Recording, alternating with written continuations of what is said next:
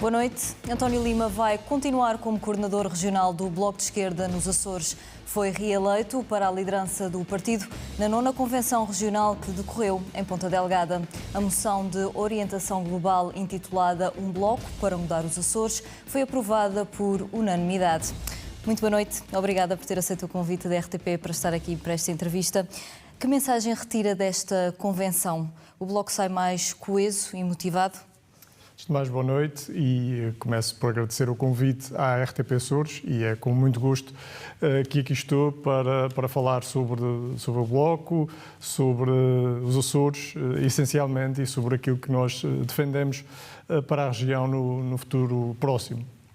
A convenção, um congresso, uma convenção é sempre um momento fundamental para os partidos fazerem balanços, para juntarem forças e para permitir, neste caso, que o Bloco pense no momento atual e olhe para o futuro imediato e a médio prazo.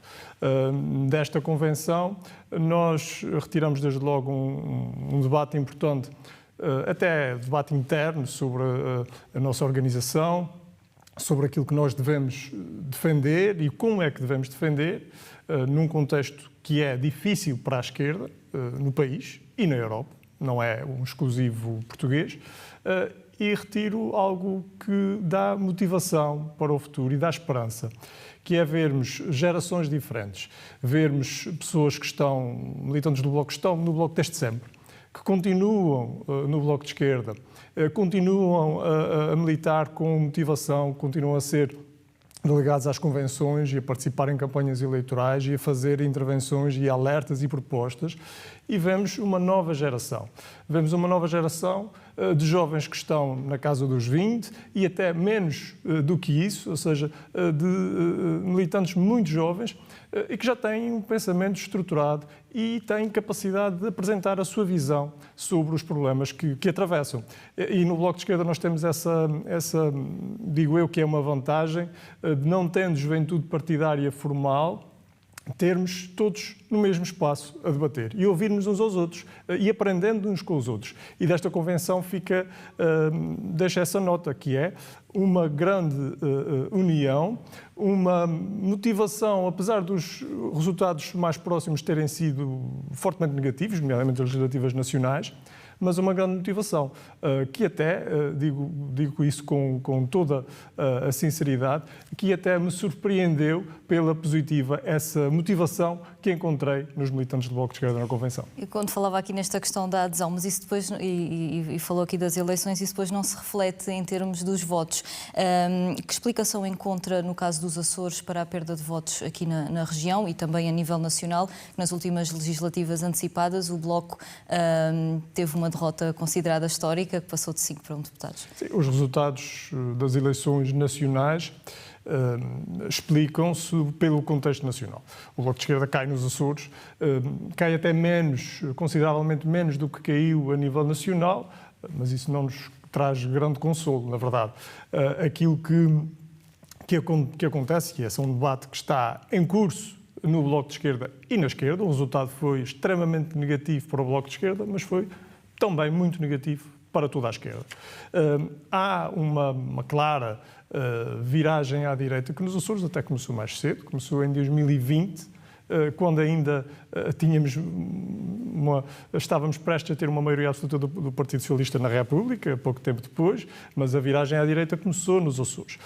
E há uma falta de crença por parte das pessoas nas propostas que a esquerda tem apresentado, apesar da esquerda estar a falar dos problemas que as pessoas sentem. Falar da habitação, falar talvez do problema mais sério que as pessoas estão a sentir neste momento, falar de trabalho, dos seus rendimentos, do seu salário, falar da justiça social, da justiça nos impostos.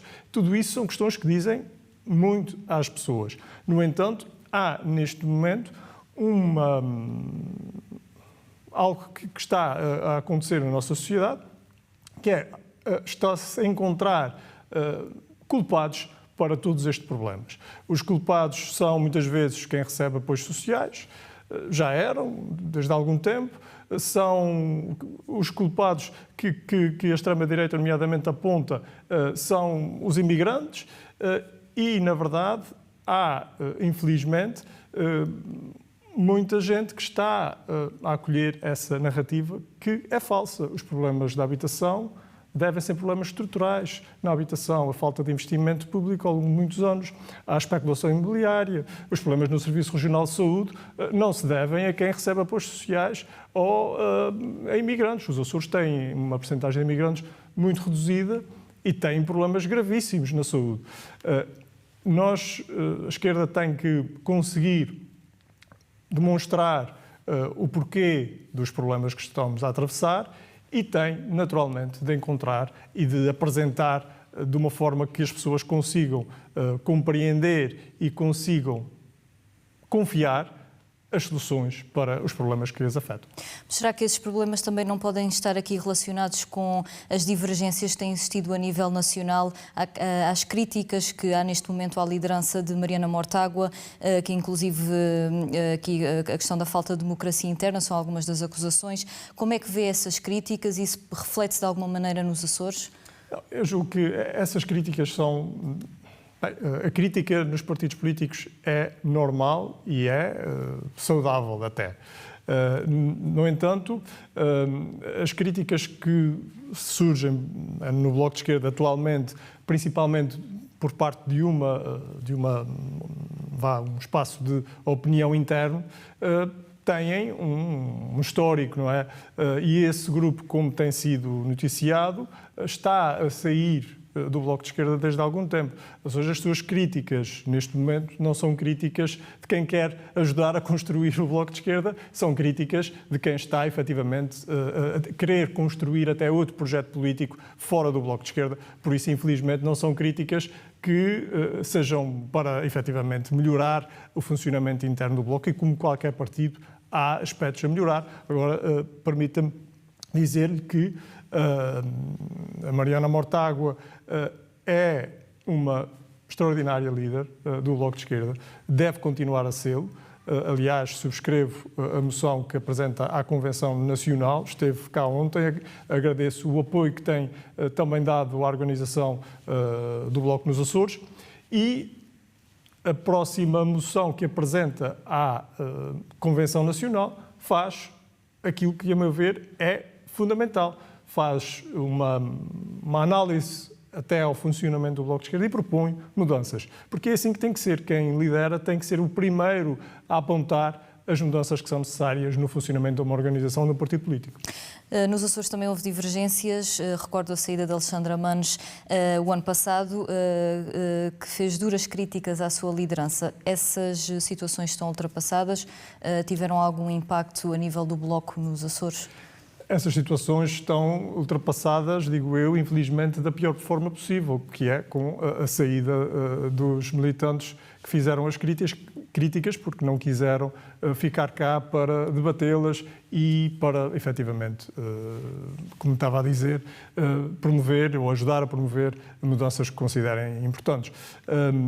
Estão resolvidas, digo eu, da pior forma possível, porque é sempre negativo quando sai alguém do Bloco de Esquerda. Que impacto é que teve no Bloco de Esquerda? Não teve, aliás, como se vê na Convenção, não teve nenhum impacto significativo, teve o impacto que tem quando sai algum militante que tem responsabilidades de direção, que era o caso, tem sempre algum impacto, mas não teve um impacto significativo na nossa organização, nem no nosso trabalho, aliás, que tem estado e continuará a estar, e procuraremos fazer isso. Temos que ter um trabalho e vamos ter um trabalho cada vez mais intenso a partir de agora, e não será por isso que o Bloco deixará de ser quem é.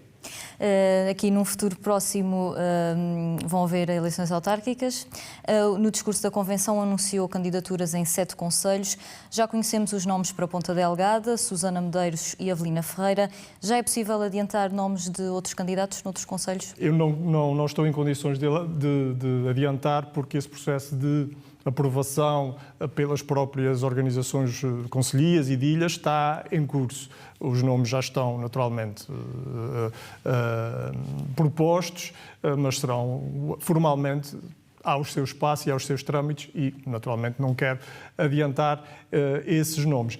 Mas, obviamente, que o Bloco está a preparar as eleições autárquicas desde há algum tempo. As eleições legislativas vieram colocar para todos os partidos um pouco em suspense parte desse trabalho, mas ele não parou e nós procuramos já apresentar com bastante antecedência as primeiras candidatas à Câmara Municipal e Assembleia Municipal de Ponta Delgada, onde temos representação na Assembleia Municipal e pretendemos continuar a ter. E fizemos um trabalho também que, a meu ver, foi muito importante e continua a ser, que foi procurar, e identificamos muito antes das eleições legislativas, a necessidade de existirem nas eleições autárquicas, nos Açores, à esquerda, convergências para além do Bloco de Esquerda. Procuramos fazer isso com os partidos à esquerda, com o PCP, com o LIVRE. Não foi possível, como disse, aliás, na Convenção, em muitos casos, na maioria dos casos, mas nós continuamos abertos e a procurar essas convergências onde isso for possível, porque o momento atual, e não foi propriamente as eleições deste ano, legislativas, que levaram a isso, porque nós identificamos isso muito antes, quando iniciamos esse trabalho, aliás, como o próprio PCP o referiu há algum tempo, através do seu coordenador, Marco Varela. Identificamos a necessidade que a esquerda tem, neste momento, em eleições autárquicas, de ter um projeto comum, localmente definido, naturalmente, e até em espaços que possam ser mais amplos do que a esquerda, do campo progressista. A moção refere que o Bloco quer romper com a lógica de gestão de interesses do PS e PSD, ou seja, o PS não é uma opção nestas possíveis coligações. Isto é uma crítica ao PS? Bem, essa é uma crítica que está presente tanto nesta moção, como está presente nos documentos autárquicos que o Bloco de Esquerda aprovou nas conferências que realizou ainda no ano passado. É uma crítica porque muitas vezes, na verdade, o Partido Socialista cede a muitos interesses que o PSD também cede a nível autárquico. Isso é uma crítica que não fazemos agora. Como disse, não significa que em todas as circunstâncias, aliás, o Bloco de Esquerda tem, como é sabido, negociações em Lisboa que são óbvias para uma coligação autárquica. E nós aqui aquilo que dizemos relativamente ao Partido Socialista é que nós não fechamos totalmente a porta à possibilidade desse diálogo, mas esse diálogo tem que ser consequente, tem que ter capacidade de fazer mudanças concretas e nós temos de ter a capacidade também de garantir que esse programa é aprovado. É que o programa que sai de uma candidatura que possa existir seja um programa que seja executado e que o Bloco de Esquerda possa também executá-lo. Não fecha a porta no caso, por exemplo, de Ponta Delgada? O Bloco de Esquerda, como disse, está aberto ao diálogo com as forças de esquerda e com forças do campo progressista. Neste momento, o processo autárquico não está fechado, não há listas entregues, elas serão entregues a meados de agosto, ou até meados de agosto, e neste momento não está totalmente fechado, por isso não fechamos a porta ao diálogo com as forças de esquerda, nem com as forças progressistas. Porquê é que só se estão a candidatar a 7 concelhos? Nós candidatamos, como sempre, onde temos as condições para garantir candidaturas sólidas. Foi difícil arranjar candidatos para estas autárquicas que tenham disponibilidade e vontade de representar o Bloco de Esquerda localmente? Os Açores têm características muito próprias. A nossa pequena dimensão territorial, a proximidade que há entre alguns poderes e o caciquismo, as influências que muitas vezes se movem e no poder local isso sente-se muito, nos locais mais pequenos isso sente-se ainda mais, tornam muito mais difícil a expansão de uma força como o Bloco de Esquerda em muitos locais. Por isso nós concorremos onde temos capacidade, organizativa, onde temos candidatos que nos dão garantias. Não vale a pena concorrer só por concorrer, só para ter uma lista. Vale a pena concorrer para termos uma lista, para termos candidatos, para termos um programa que mostre efetivamente qual é a nossa alternativa localmente e um programa no qual o Bloco de Esquerda se reveja e que a população local se possa rever. No seu discurso da Convenção também disse que a direita não resolveu nenhum dos grandes problemas da região. Eu pergunto-lhe como é que vê o estado da região atualmente. Olha, infelizmente, vemos com muita preocupação. Aliás, nós também por isso agendamos para a próxima semana, na sessão plenária de julho, que é a última antes das férias parlamentares, do mês de agosto, exatamente sobre o estado da região. Porque é necessário, neste momento, parar e refletir sobre onde estamos. Porque se não o fizermos, nós, a região, quando digo nós, região, não sabemos o que será o dia da manhã. Nós temos problemas, como já disse, muito sérios, sem solução de curto prazo para a habitação. E as soluções de médio e longo prazo que estão em curso, já estão em curso há muito tempo. O médio prazo já foi, que são os investimentos do PRR. A maior parte das pessoas não pode esperar por esses investimentos e a verdade é que eles estão a demorar muito tempo. E são uma gota d'água das necessidades. Nós precisamos, na habitação, de impedir que cada vez mais casas saiam do mercado de habitação, seja de compra e venda, seja do arrendamento, com a regulação do alojamento local. Nós precisamos de ter, como o Bloco de Esquerda tem defendido, limites aos valores de rendas que se cobram. Porque qualquer família hoje em dia, mesmo que tenha um salário que esteja bastante acima ou algo acima do salário mínimo, tem muitíssima dificuldade em encontrar uma habitação que possa pagar. E essa situação é dramática, porque a maior parte da população dos Açores, efetivamente, recebe ou muito baixos salários, ou então salários que são pouco acima do salário mínimo. E isso impede a maior parte da população de aceder à habitação. Quais são aqui as principais propostas no caso da habitação do Bloco de Esquerda? Como já referi, a questão da construção da habitação pública é fundamental, mas ela não tem efeito a curto prazo. Os tetos às rendas é uma medida de emergência para ser aplicada agora, para garantir que esta cavalgada do valor das rendas não continua. Nos últimos 4 anos, nos Açores, só para dar um número, as rendas subiram 42%. Isso não é sustentável de modo algum. Por outro lado, é preciso também, ao lado pela regulação, regular o alojamento local, aliás, e impedir que haja, como o Governo Regional faz, numa medida que é totalmente absurda e contraproducente, como o próprio Diretor Regional reconhece que pode ser contraproducente, que é a subsidiação do alojamento local, porque isso retira casas do mercado da habitação, do mercado do arrendamento, do mercado de compra e venda. E para além de outras medidas de mais longo prazo, a aposta nas cooperativas de habitação, agora são precisas medidas urgentes e imediatas. E isso nós não estamos a ver, aliás, nos últimos anos não há medidas imediatas para a habitação. O que é que está a falhar aqui na ação do Governo? O Governo tem uma política errática. Está a construir casas do PRR, mas ao mesmo tempo subsidia a retirada de casas do mercado, através do subsídio ao alojamento local. Uma política errática. E depois não compreende que tem que, efetivamente, atuar já sobre uma emergência social que é a crise da habitação. Não compreende, porque está empenhado em construir casas que não resolvem o problema da maior parte das pessoas, porque simplesmente não estão disponíveis ainda. Depois, estava a perguntar-me sobre os problemas mais graves. Eu coloco o problema da habitação, tanto problemas da saúde, e colocava aqui uma emergência que, do ponto de vista, que pode ser uma bomba prestes a explodir, que é o problema da SATA. A SATA está num estado crítico a que este governo levou. E este governo teve condições únicas, possivelmente irrepetíveis, para salvar a SATA. E aquilo que fez foi deixar a SATA pior do que estava em 2020, no ano em que a pandemia mais afetou o transporte aéreo.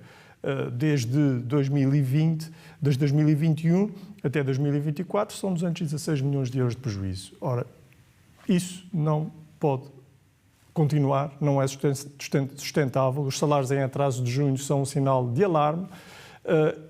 E havia uma saída, ou havia duas saídas, que o Governo não aproveitou. Poderia, nessa altura, aliás, como o Bloco de Esquerda propôs em 2019, poderia ter procurado, junto do Governo da República, fazer um acordo para haver uma cooperação estreita com a TAP para viabilizar a SATA Internacional. Não o fez. Poderia ter focado a SATA Internacional naquilo que era essencial, ou seja, nas ligações que são de serviço público para o continente, ligações de serviço público em sentido lato, não apenas aquelas que têm obrigações de serviço público, mas ligações para o continente, eventualmente algumas ligações para a diáspora. Não o fez. A estratégia do Governo foi fazer crescer a companhia para a privatizar. Deu no que deu, neste desastre. O que é que o Bloco propõe para salvar a SATA?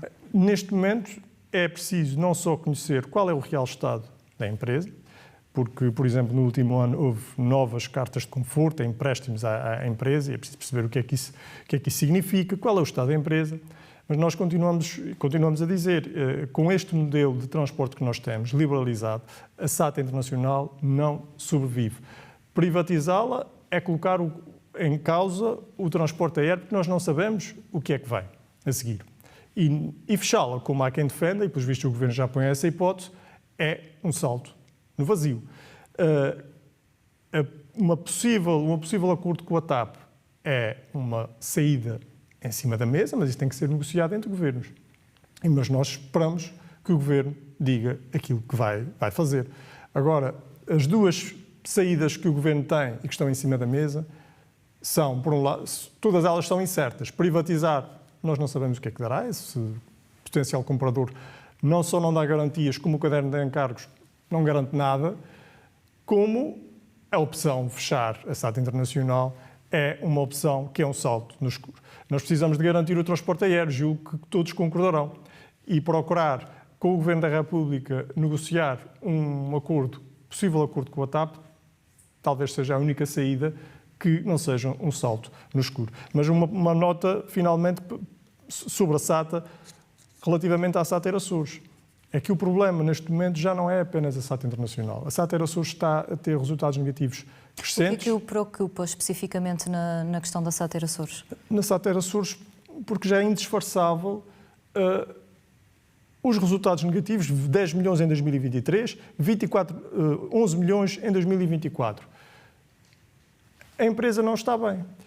E uma empresa que só faz obrigações de serviço público e tem este valor de resultados negativos é porque a forma como essas obrigações de serviço público foram desenhadas, a sua receita está totalmente desajustada, porque não se pode explicar estes resultados porque já têm vários anos, não se pode explicar com um ano mau. Algo está profundamente mal na forma como o modelo foi criado e terá que ser preciso necessariamente corrigir. O Presidente deve ser responsabilizado? Presidente do Governo. O Presidente da SATA. O Presidente da SATA, julgo eu, que terá que ser responsabilizado, como terão que ser responsabilizados os anteriores Presidentes da SATA. Mas a opção política de fazer crescer a companhia ou de criar obrigações de serviço público para a SATA Açores totalmente desajustadas, como os números indicam, a opção política tem um responsável máximo. Tem vários responsáveis, mas há um responsável máximo, que é o Presidente do Governo Regional. Porque essa estratégia deu no que deu, foi um desastre e pode colocar em causa o transporte aéreo nos Açores tal como o conhecemos. Porque quem defende, por exemplo, o encerramento da SATA Internacional está a defender que de um dia para o outro a empresa que tem a maior cota de mercado para os voos para o continente simplesmente deixe de voar. E não existirá outra empresa no dia seguinte para transportar os passageiros que já tinham reservas. Isto é um desastre do ponto de vista económico, do ponto de vista social. Por isso, quem defende isso está a defender que os Açores entrem numa crise imediata. Outra das preocupações do Bloco de Esquerda diz respeito à saúde.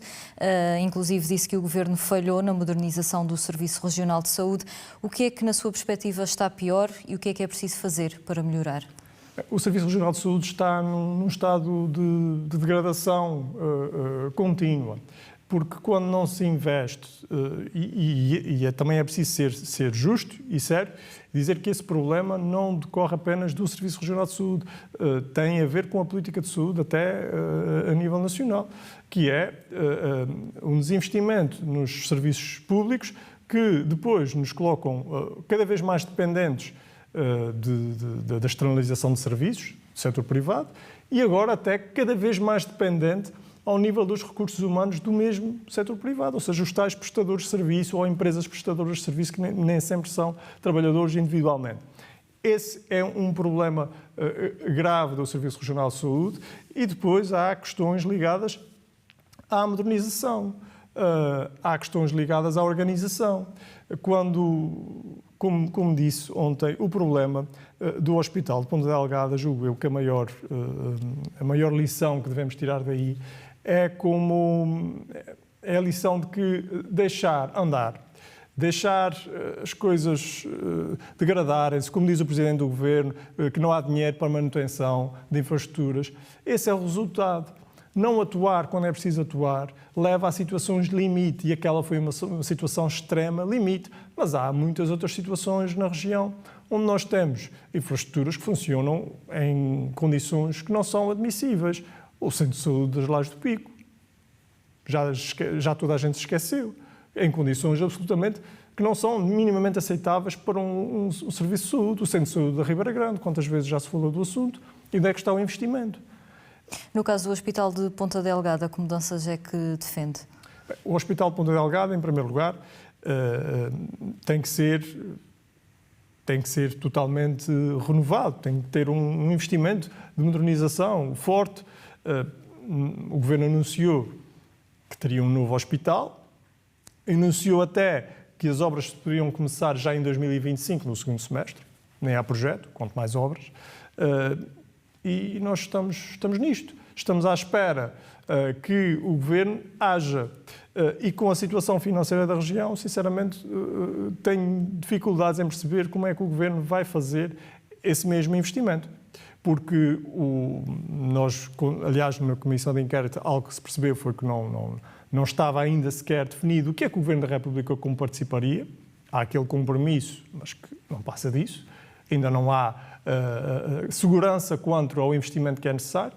Agora, uma coisa é certa, tem que existir um investimento sério, rápido, no Hospital de Ponta Delgada, porque aquela infraestrutura, o Hospital Modular, onde se investiu muito dinheiro, não serve a longo prazo, nem sequer a médio prazo, a população da Ilha de São Miguel, nem a população dos Açores, que muitas vezes tem que recorrer ao Hospital de Ponta Delgada. É preciso modernizar, é preciso investir, é preciso atrair e fixar recursos humanos e é preciso que o Serviço Regional de Saúde seja adequadamente financiado, mas tenha uma gestão também que permita que as suas despesas sejam bem executadas.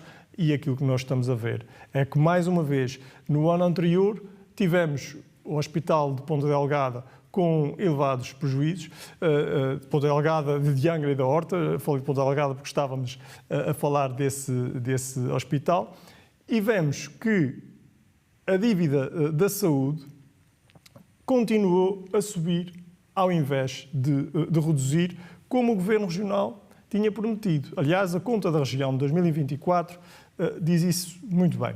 A dívida do Serviço Regional de Saúde em 2024 era 211 milhões de euros. Em 2023 era de 197. E eu recordo, para quem já se esqueceu, que o Secretário Regional das Finanças disse que ia converter 75 milhões de euros de dívida comercial, ou seja, dívidas a fornecedores, em dívida bancária, dívida financeira. Isso não aconteceu, porque a dívida subiu. Ou seja, mais uma mentira. Porque, na verdade, isso não aconteceu. E este ano está prevista uma conversão de dívida de 150 milhões de euros e tudo leva a crer que desta forma, com esta prática, o mesmo não acontecerá. E com este tipo de política, com este tipo de política do deixa andar, de que se vai resolver talvez um dia, estamos, efetivamente, a levar o Serviço Regional de Saúde pelo mesmo caminho que a SATA. E isso não pode acontecer, porque se a SATA é importante, o Serviço Regional de Saúde ainda é mais importante. No caso da base das Lajes, deixou também fortes críticas aqui à utilização da base pelos Estados Unidos. Disse mesmo que rejeita uma economia de guerra e não quer os Açores como rotunda das guerras de Trump. Eu pergunto qual é a posição do Bloco quanto ao futuro da base das Lajes. Bem, a posição do Bloco é a mesma historicamente e sempre foi. A base das Lajes deve ser uma base portuguesa, com utilização militar nacional, e deve ser potenciada para o civil. Não há, em nosso entender, não deve haver lugar à utilização por parte de uma potência estrangeira, Estados Unidos ou qualquer outra, para a utilização da base das Lajes, principalmente porque, por dois motivos. Primeiro, porque a utilização militar intensiva, como pode acontecer a qualquer momento, aliás, como aconteceu nas últimas semanas, com o ataque à margem do direito internacional ao Irão, essa utilização intensiva pode acontecer a qualquer momento.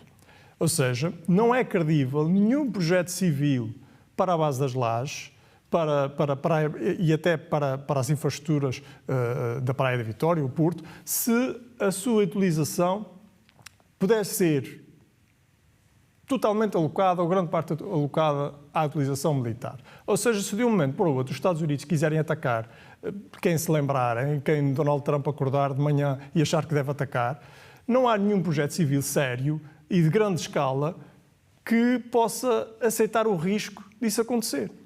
Se Donald Trump amanhã acorda e decide atacar outro país qualquer, um investidor, uma empresa, um grupo de empresas que querem investir a sério na base das Lajes, um investimento civil, não vai fazê-lo porque terá esse risco. Mas isso também não tem a ver com a segurança do Atlântico?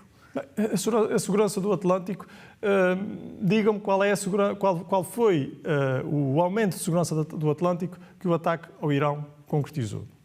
O ataque ao Irão, como a invasão do Iraque em 2003... Neste caso, a presença americana na base das Lajes. A segurança do espaço marítimo nacional deve ser e é uma responsabilidade portuguesa. Não é uma responsabilidade dos Estados Unidos. É uma responsabilidade portuguesa. E é Portugal que tem que garantir a segurança do nosso espaço marítimo. E dizemos, e obviamente, que as Forças Armadas Portuguesas, a Força Aérea, a Marinha, têm que garantir a segurança do nosso espaço marítimo. E têm que garantir também, já agora, e fazem isso, mas devem fazer mais e melhor, a busca e salvamento com duas tripulações, como como os Açores têm sempre reivindicado. Mas para isso nunca houve dinheiro. Agora parece que há dinheiro para gastar, tanto em gastos militares, a comprar armas, como em educação. O tal compromisso dos 5% do PIB para gastos militares da NATO. Ora, um candidato presidencial chamou os Açores a uma rotunda.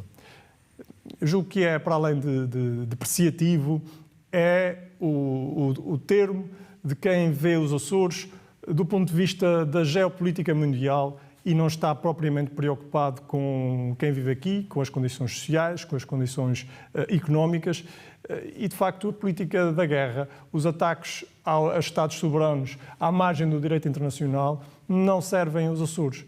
E esse é o outro motivo pelo qual a utilização da base das Lajes pelos Estados Unidos, a nosso entender, não deve acontecer.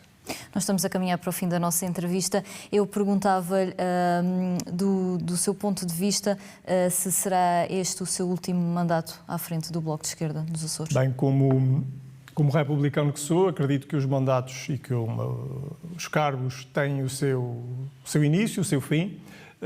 Tenho 2 anos pela frente de mandato como coordenador regional do Bloco de Esquerda. Estou cá diria até com mais energia e convicção para fazer este mandato. Tenho o meu mandato na Assembleia Legislativa e daqui a 2 anos essa matéria será discutida, debatida com os meus camaradas e decidiremos em conjunto, porque essa não é uma decisão só minha. Neste momento estou cá para 2 anos, daqui a 2 anos logo se vê. Muito obrigada e obrigada por ter aceito o nosso convite para estar aqui nesta entrevista da RTP Açores.